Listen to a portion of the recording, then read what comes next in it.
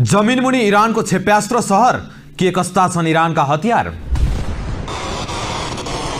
Israel र अमेरिकाले इरानमाथि संयुक्त आक्रमण गर्दै इरानका सर्वोच्च नेता आयतोल्ला अली खामेनी र अन्य वरिष्ठ अधिकारीहरूको हत्या गरेपछि तेहरानले तत्काल र खतरनाक जवाब फर्काएको छ।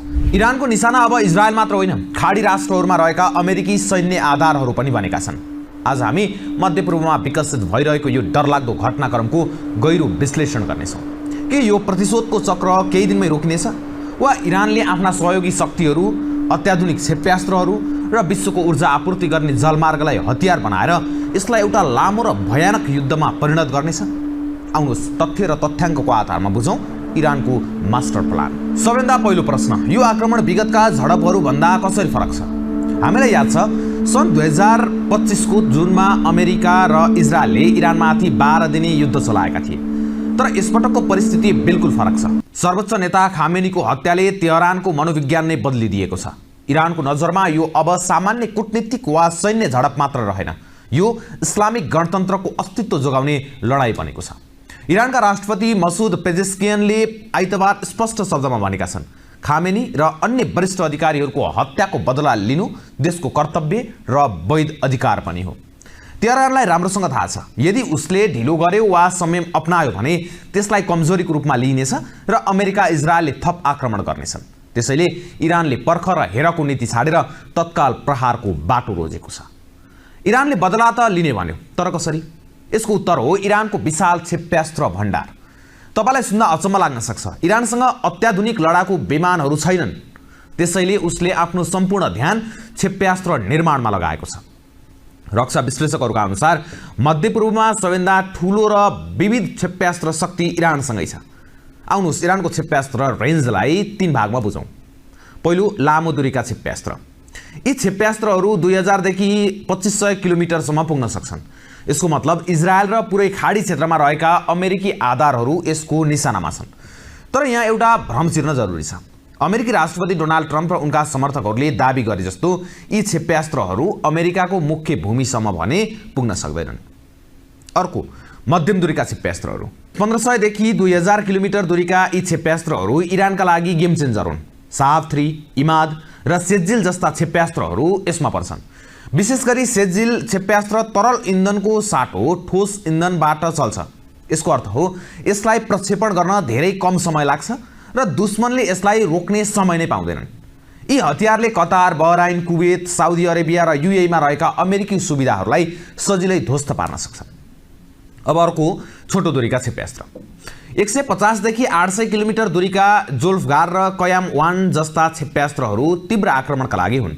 याद गर्नुहोस्, सन् 2020 को जनवरीमा इरानी जनरल कासिम सुलेमानीको हत्या हुँदा इरानले इराकको ऐन अल असद अमेरिकी एयरबेसमा यिनै क्षेप्यास्त्र प्रहार गरेको थियो, जसमा 100 भन्दा बढी अमेरिकी सैनिकहरू घाइते भएका थिए। यसले देखाउँछ कि वायुसेना नभए पनि इरानले अमेरिकालाई ठूलो नोक्सान पुर्याउन सक्छ। त्यस्तै अब ब्यालिस्टिक क्षेप्यास्त्र बाहेक इरानसँग अर्को खतरनाक हतियार छ, त्यो क्रुज क्षेप्यास्त्र र ड्रोनहरू। क्रुज क्षेप्यास्त्रहरू जमिनको सतहसँगै एकदमै कम उचाइमा उड्ने भएकोले आधुनिक राडारहरूले पनि यसलाई सजिलै पत्ता लगाउन सक्दैनन्। इरानसँग सौमार जस्ता क्रुज क्षेप्यास्त्र छन्, जसको दायरा 2500 किलोमिटर छ। त्यस्तै ड्रोनहरू, ओन वे एट्याक ड्रोन्स सस्तो तर निकै प्रभावकारी हतियार हुन्।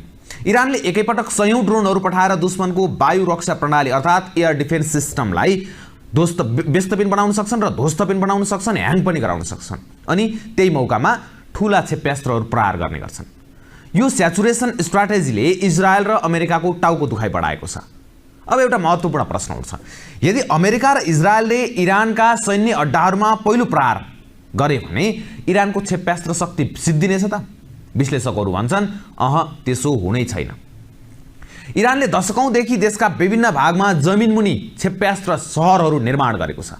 लामा सुरुङहरू र लुकाइएका बेसहरूमा हतियार यति सुरक्षित छन् कि अमेरिकाको ठूलो आक्रमणपछि पनि इरानले लामो समयसम्म निरन्तर क्षेप्यास्त्र फायर गरिरहन सक्छ।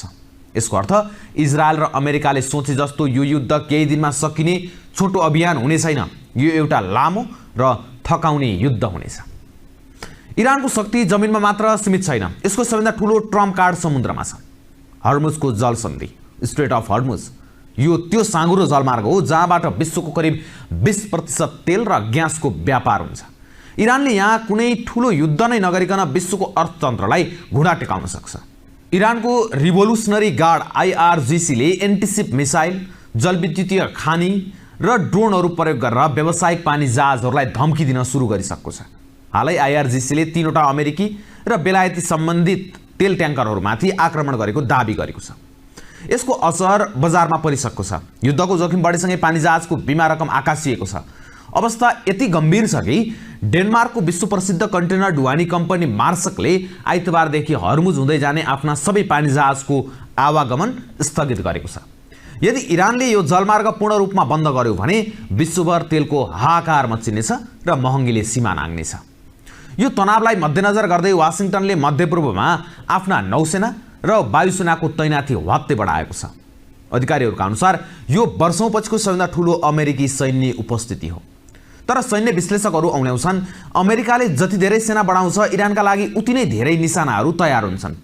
खाडी देशहरूमा छरिएर रहेका अमेरिकी बेसहरू र रसद केन्द्रहरू सबैलाई सधैँभरि 100% सुरक्षित राख्न असम्भव छ।